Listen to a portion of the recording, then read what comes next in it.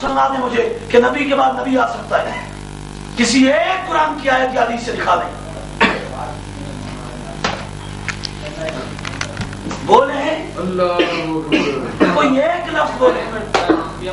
ختم نبوت جو ہے آپ سے ختم ہو گئی، یہ ہم مانتے ہیں، لیکن ان کا یہ مطلب نہیں کہ آپ صلی اللہ علیہ وسلم جو ہے اس کے بعد کوئی اور نبی آ جائے تو اس کی شان پر بھی ختم آ جائے، کوئی آ جائے نہیں سکتا، جب نہیں سکتا تو پھر کیسے؟ مولانا صاحب آپ مجھے پتا ہے آپ کے اوسان اب خطا ہو چکے ہیں، آپ کے طوطے اڑ گئے ہیں، آپ کے فرشتوں کو بھی نہیں خبر کہ اب میں کیا کر رہا ہوں اور ہو کیا رہا ہے۔ اب بات یہ ہے، میں صرف اتنا پوچھنا چاہتا ہوں، ساری باتیں چھوڑ دیں، آپ نے کلمہ کس کا پڑھا ہے؟ اللہ اور اس کے رسول کا پڑھا ہے کہ نہیں پڑھا؟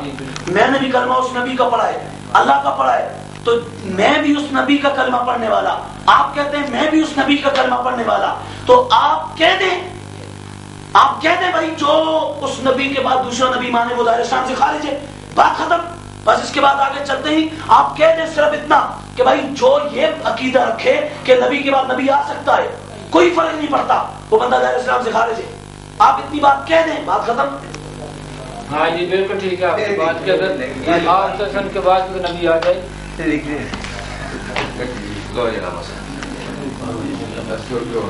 بس قصہ ختم ہے، ان کی گستاخیاں سامنے کر دیں۔ ایک منٹ، عبارات ساری ہم سامنے رکھتے ہیں، پتہ چل جائے کہ ہاں وہ ذرا برہان قاطعہ کے اندر 2-3 حدیثیں وہ بھی ذرا سنانا۔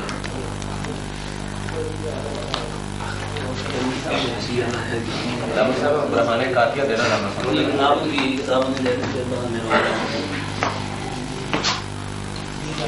اچھا جی یہ تو لگائیں، اگلی بات وہ لکھ رہے ہیں۔ ایک منٹ لکھنے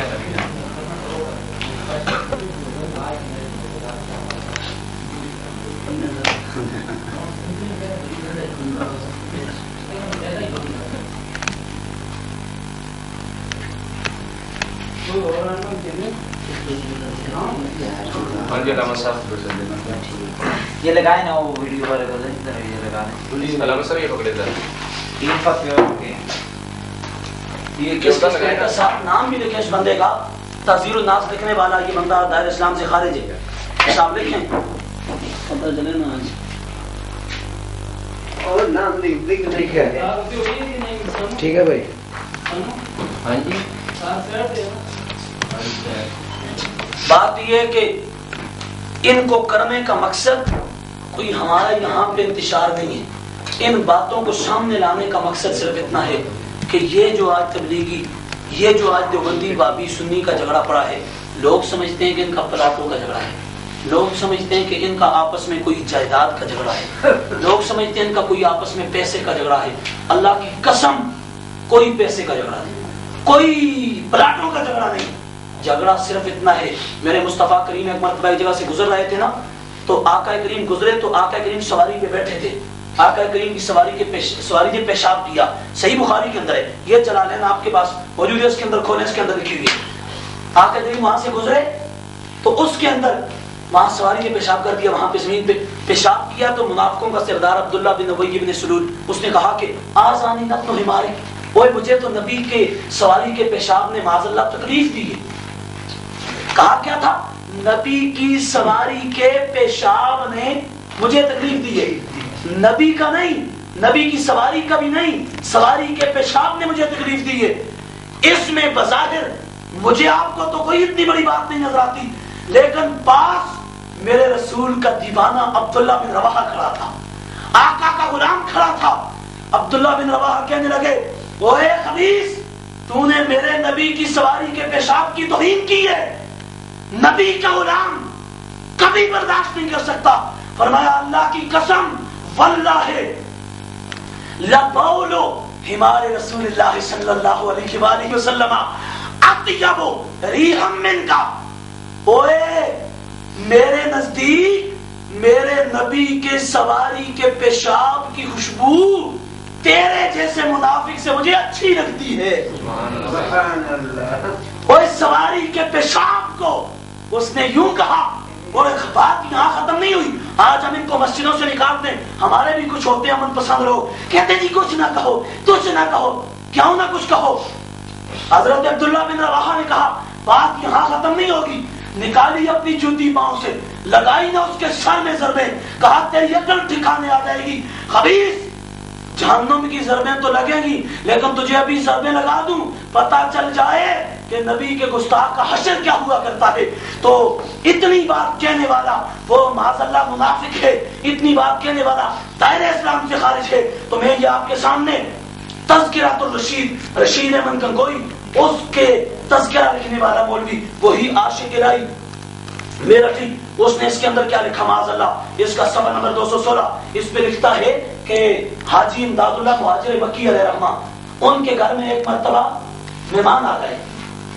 حاجی صاحب کی بابج کا وہی سچا خواب جس میں رسول مقبول صلی اللہ علیہ وسلم نے عالم رؤیا خواب میں تشریف لا کر یوں فرمایا تھا, اٹھ حاجی, امداد اللہ کے مہمان علماء ہیں, ان کی روٹی معاذ اللہ میں پکاؤں گا. لکھا ہے کہ حاجی امداد اللہ مہاجر مکی علیہ رحمہ, ان کو ہم بھی علیہ رحمہ کہتے ہیں, وہاں تک کام ٹھیک. ان کے گھر میں ایک مرتبہ یہ دیوبندی مولوی امام بن کے چلے گئے, مہمان بن کے چلے گئے. وہاں پہ ان کے گھر میں مہمان بن کے چلے گئے. جب وہاں پہ مہمان بن کے گئے تو ان کی بھاوج روٹی پکانے لگی.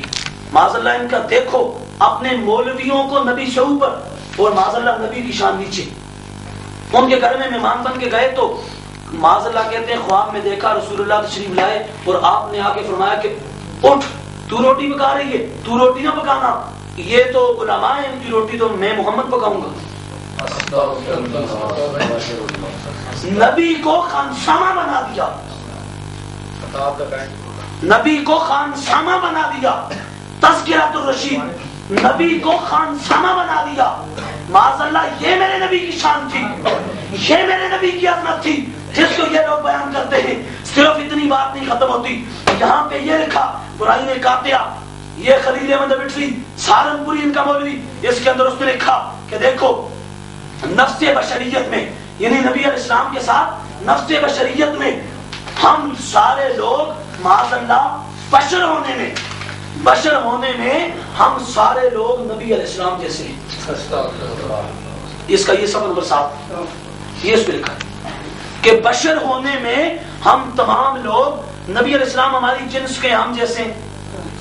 اس طرح کی بات کوئی مسلمان کہہ سکتا ہے؟ حضرت ابو بکر کو کہا تھا نا کہ آپ کھڑے ہو جائیں آگے, ابو بکر نے یہ نہیں کہا میں نبی جیسا ہوں آگے کھڑا ہو جاؤں کیا ہوگا. ابو بکر نے کہا نہیں, ما ینبغی لابن ابی قحافہ ان یقوم بین یدی رسول اللہ, وہ نبی کے آگے ابو قحافہ کا بیٹا کس طرح کھڑا ہو سکتا ہے, یہ تو نبی ہے, میں عام ہوں, یہ اللہ کا رسول ہے, میں عام ہوں.